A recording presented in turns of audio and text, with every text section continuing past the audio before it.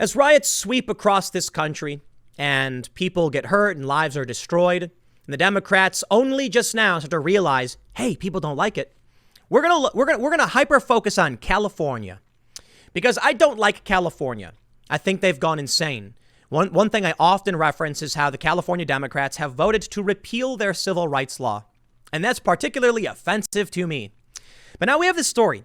California is a failed state. How do we know? They're moving to Arizona in droves. But it's not just this article I want to focus on. I want to show you Miss Blair White. Take it from her and her opinion on how she's leaving LA and going to Texas, and the response that she's gotten from conservatives versus liberals. And it's hilarious. The reason I want to highlight this is you got a lot of people moving to Texas, and they think that, these liberals, these progressives who move to Texas because they're fleeing the insanity will end up voting, for Democrats. That doesn't sound like Blair at all. But you know what I really love? In my previous segment, I mentioned maybe the future is going to be a Republican Party that's a big tent for everybody. And there will be arguments, but it's going to be mostly people who are Americans who disagree on certain things and try and find the best way to live together versus the other people who just want to burn it all down. In thinking, in that frame of thinking, I think it's particularly fascinating that conservatives cheer for Blair White, a trans woman, supporting Blair, and liberals are the ones who physically attack Blair. I think it's amazing that you can have this bigger tent now that's welcoming of a diversity of opinion and individuals as opposed to the ideologically homogenous left. But we'll read through some of what Blair points out. But first, what's going on with California? Why is it a failed state? AZ Central says, driving across Arizona, it's hard to notice a surge in California license plates. The reason for this is becoming more apparent every day. California is a failed state. After nearly a decade of one-party rule, the once golden state is tarnished, possibly beyond repair. Listing all the problems facing our neighbors across the Colorado River would require several books, so I'll only highlight a few. The fifth largest economy in the world, and home to many of the greatest technology companies on earth, can't keep the lights on. The state's three largest utilities turned off power to more than 410,000 homes and businesses last Friday, then again to half as many on Saturday. California's energy policies have failed. Governor Gavin Newsom sprung to action on Monday by announcing more blackouts. We failed to predict and plan these shortages, he said, and that's simply unacceptable. But accept that he did, noting that the state's near religious promotion of solar and wind power left a gap in the reliability of its power grid. You don't say. And what do we hear the other day from Sean Parnell? He's in PA. The Green New Deal, they want to end fossil fuel energy. I'm all about that green energy, that renewable energy, but I'm not an idiot. I understand you don't just say, hey, turn the lights off and then build a solar. No, you don't turn the lights off, then build a solar panel. You start building renewable energy to increase your energy capacity. And then you have the fossil fuels functioning still, and you increase capacity. Why? We have more people. But over time, and it will take time, you can improve these circumstances. Of course, the left doesn't want this. Greta Thunberg herself said, we don't want to wait until even 2021. Shut it all down now. That would result in lots of people dead. But they don't seem to get it. And they don't care. Of course, California failed in this capacity, and now they have no power. Wildly unpredictable events like August being hot never occurred to Newsom last October when he signed 6 more bills to kill off the state's fossil fuel industry. Shutting down one of California's 2 nuclear plants certainly didn't help. Perhaps their plan to close second one in 2024 will have different results. They couldn't have predicted the weather would get warm in California. The lamps are going out all over California. Who knows if we will see them lit again in our lifetime, but energy is the latest of San Francisco's concerns. So have those to stop the homelessness. Documentary filmmaker Christopher Rufo's latest work reveals the tragic failure of the city's homeless policies. In Chaos by the Bay, he shows the results of well-meaning progressive efforts. From decriminalizing homelessness to plying addicts with free drug paraphernalia, alcohol, and cannabis. For the most part, rampant mental illness has been left untreated.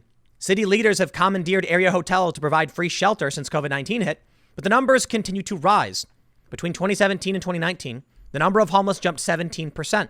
According to experts, that number has risen by an additional 20% since the start of the pandemic.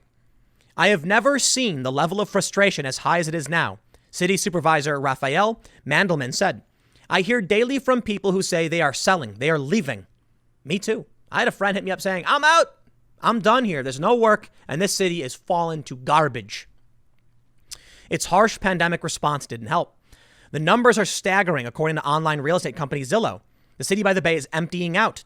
A flood of new listings began during the pandemic, a 96% increase compared to last year's housing inventory. Woo! Wow! California is a failed state, man. Silicon Valley pushed staff to work from home, an effort many tech giants are thinking of making permanent. But that doesn't explain the exodus since San Jose hasn't seen the same effect. Neither have Miami, Boston, or Washington, D.C., at least not at this level. The fact is, San Francisco has become unaffordable and unlivable. They say move here, leave those policies at home. A lone surfer was arrested, and a skate park was filled with sand. But crowded Walmarts are deemed essential. Despite the lockdowns, California now has the most COVID cases of any state. At some point, the lovely weather and geography aren't worth the cost. I receive a couple of messages a week from my contacts all over California asking where they should move in Arizona. My neighbors are experiencing the same. I can't blame Californians, but I hope they leave their failed policies at home. Unfortunately, they won't. They won't. It'll only get worse. California will turn red again at some point because the farmers aren't going anywhere, at least I'm assuming. But what does Blair White say? Blair White said, since I announced my move from LA to Texas, my inbox is full of liberals telling me I'm not welcome here because I'm trans and conservatives will beat me up. Conservatives excitedly welcoming me and encouraging me to move faster. You know why? Because Blair is, my understanding, conservative, Trump supporter, in which case she will bring the Trump vote with her. And that's what they do want. Liberals just want to scare people like Blair away because they don't want the Trump vote coming. Sydney Watson says, people really think Texans will beat you up? Unreal. And Blair said, yeah, all the people there were so nice to me this week. Were totally all on the verge of assaulting me. Jason Voorhees, Texas Ranger, says, welcome to Texas, where most of us just want the government to leave us alone and live a good life. Someone said, progressives are obsessed with what other people think. Blair responded, that's actually true. Lots of people are warning me of silent hatred in Texas, as if I would give an F about what's going on in the minds of strangers. Nathan Sauer says, hey, Blair, we talk on Instagram and League of Legends sometimes. I'm from Texas and you are welcome. We're excited to have you. It's hot as hell, but there's a lot to do. And Blair said, I'm excited to be there. See you around. This is why I'm done with the left and the Democratic Party, man. Because every single time I take a look at what's going on, I can sit down with a Republican and they say, hey, man, you do your thing. We're all about freedom here. Now, the Republican Party wasn't that way a long time ago, at least not the way I saw it. Maybe that was all propaganda. It could be. But now I'll tell you what I see. I see my favorite example. Dave Rubin, gay married man sitting next to Ben Shapiro, Orthodox Jew, and them saying, well, we really disagree on that, huh? And being friends. And there's some hard divide there, man. Some hard divide. I'm not entirely sure because I haven't, it's been a while since I saw this, but I think, Ben Shapiro said he wouldn't go to like Dave's wedding or something. And the left made fun of them for it. I'm like, why? They're getting along, dude. It's because the left wants homogenous ideology dominating our cities. It's like I was mentioning before. The Republicans had Tim Scott, Nikki Haley, and a couple other people speak at the RNC. People, marginalized peoples, I'll put it that way. And the left said they were tokenizing. That is horribly offensive to say. And I look at this and I'm like, first of all, I don't care what the race of the speakers are. I'm glad to see them speak. And I appreciate that they have opinion. They're expressing their opinions without fear. It's America. It's awesome. Yet I wonder, shouldn't the left be praising the Republican Party for propping up marginalized voices the way they say we should? No, because they're lying. It's not about that. No, the only reason they tell Blair White that it's dangerous, conservatives hate you, is because they want people to be scared of Republicans. Because all Republicans are evil, they say. Republicans know the Democrats and the left are just wrong. So here's what I want to see. I've known this for a long time. It doesn't mean I want to vote for Donald Trump. Now I totally do because the riots have gone too insane. But I've sat down with Trump supporters. I've sat down with conservatives, Republicans, and I've been able to have conversations about Black Lives Matter, like, years ago, and riots and protests and Occupy Wall Street, and have them go, oh, I didn't know that. That's interesting. And I'm like, yeah, that's it. I remember sitting down with Trump supporters. I'm like, actually, here's what happened with Occupy Wall Street. And they go, wow, I didn't know that.